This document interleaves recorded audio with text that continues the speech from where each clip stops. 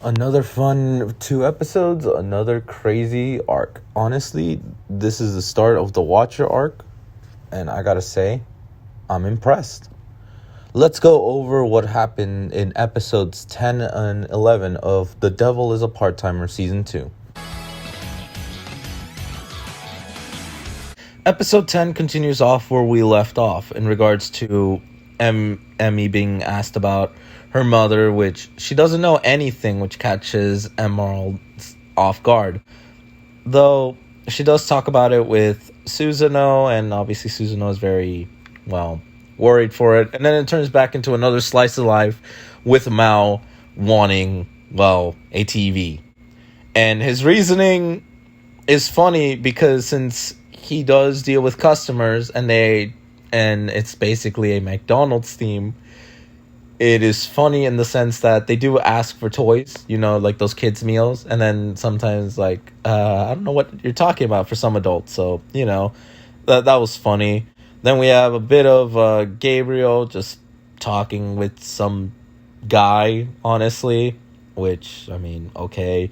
We go back to Mao and Asha discussing about the TV and how they're so pricey. But considering how much money they've earned, they can only spend around 20,000 yen. So, and then Urishihara is supposed to also chip in, so that way they can get a good TV. It basically turns into slice of life stuff, which is completely hilarious, which eventually says that they can only work with 26,239 yen. Which, if we do the math, it'd be around $181.70. The girls have their chat with Chiho wanting happiness with everyone.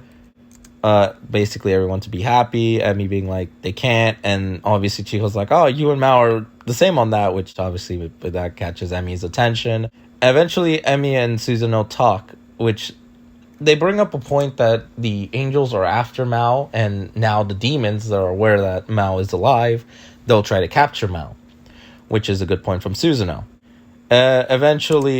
So that's why Susanoo is going to go with them for TV hunting, and she makes a cute face that she also wants a TV. Man, Susanoo has some cute faces this season. Anyway, so that goes without saying. They also talk about how life is basically very peaceful. These slice of life episodes, even the last season 1 episode 13 was quite literally a slice of life on its own, with nothing too much. And then we get to my favorite part of the episode. Emmy and Susanoo are at, Emmy's apartment. Rukia gives a call and basically asks for what does Asha likes, which the face Emmy makes is hilarious. And then it's like they chat about that with obviously funny faces coming from Emmy, just not really wanting to talk on subjects about her enemies. And Rukia makes a funny face. It's funny, and then we get another funny Emmy face, or more angry than funny, but I still find it funny. It's just it eventually does go into Rukia explaining that she was invited to go shopping, and it's such hilariousness. I don't know how to feel. It is just funny. So basically, Mao just obviously, as he says, explains Pokechers. Yeah, subtle reference to Pokemon, I see. And eventually Gabriel pays a visit to them, mostly to Urishihara, and then we get to see Emmy with darkness around her. It's funny how she doesn't want to make a big deal out of it, but she clearly is just afraid or worried for her friend. Putting it nicely. Though she has so many freakouts that she can't control it, and she's sent home.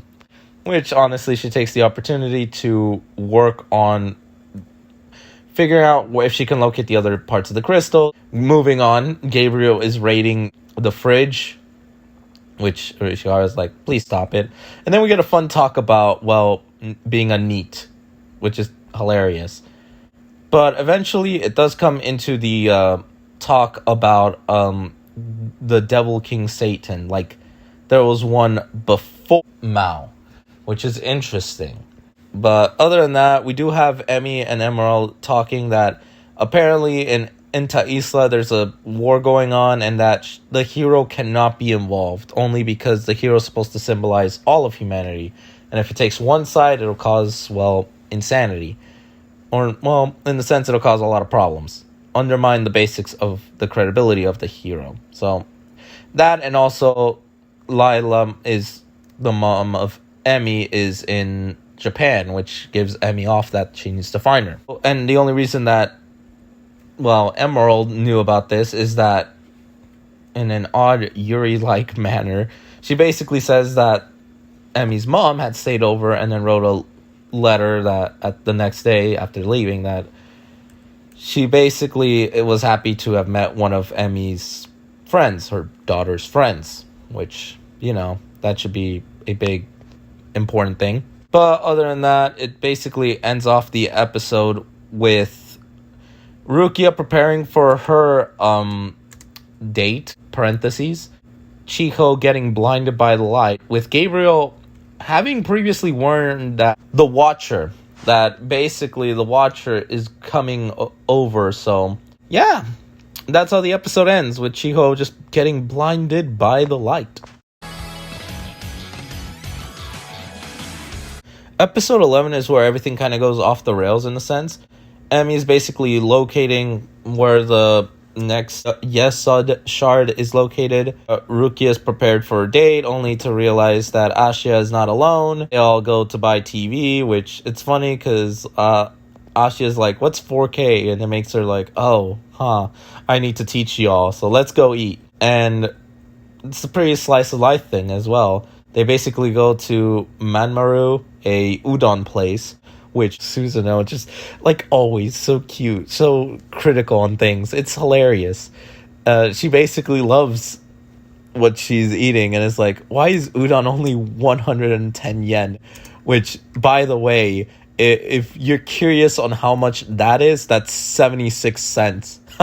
Good udon is 76 cents. Then the reason on why Mao won the TV, and then eventually this leads to something that catches my attention. Basically, Susanoo makes a mistake, as she says Japanese consumer electronics, which catches Rukia's attention, and it's like, are you from another country like Emi? And yeah, she kind of makes her another cute face, and basically is like, yeah, I'm from like you know, just kind of slightly being nervous on it in that matter, and just saying, I basically lived in the water my whole life. I don't know much of technology and such, and, you know, stuff like that. We get a interesting thing where this character with weird hair talks English, and then there's suddenly Mao, I'm talking sub Mao, talks English as well.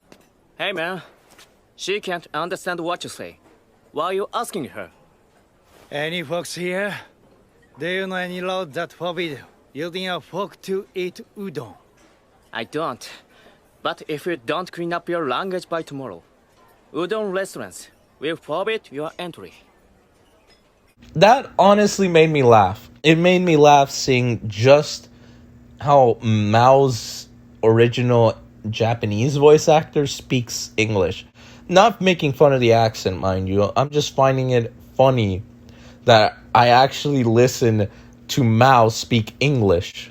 And I'm kind of curious how the dub will do it, because by this point when I'm recording, the dub hasn't done it. So it'll be interesting to kind of see how this dialogue will go. They basically, the guy who's the Watcher, obviously, is mad because like English was the universal language and someone didn't understood him, so he gets mad at what I assume is Gabriel. And then we go back to Emi, where she goes to the hospital, meets up with Chiho's mom, and basically says that, yeah, Chiho's in a coma, which obviously is a problem. Then we go back to Asha and the others. Asha and Rukia talk. Then he's happy for her assisting in making sure like they can not pay a lot. And he grabs both their hands like in gratitude and stuff, you know, anything other than gratitude, and she just turns red and just obviously starts not panicking, but just love struck by it, and she's just stuck Like, it is almost the same when Chiho gets hugged by Mao, how she gets, or anything related to Mao, how she gets. And yeah, Mao picks this up. And he's like, can I ask you something? And then it's like, oh, have you fallen in love with Ashia? I mean, that just causes Rukia to kind of just melt down a bit and kind of... it's just funny. And then obviously he talks to it with Susanoo, which honestly I'm not even surprised by this, because she doesn't know why Mao's implying this, and he's like, well, I asked her, she screamed and collapsed, and then obviously she gets punched in the face, straight punched, and then gets berated by Susanoo, and then explained how the situation, not only explained how the situation is different between Rukia and Chiho, but also kind of berating Mao that he shouldn't really ask stuff like that right off, like without being subtle or something, not just direct.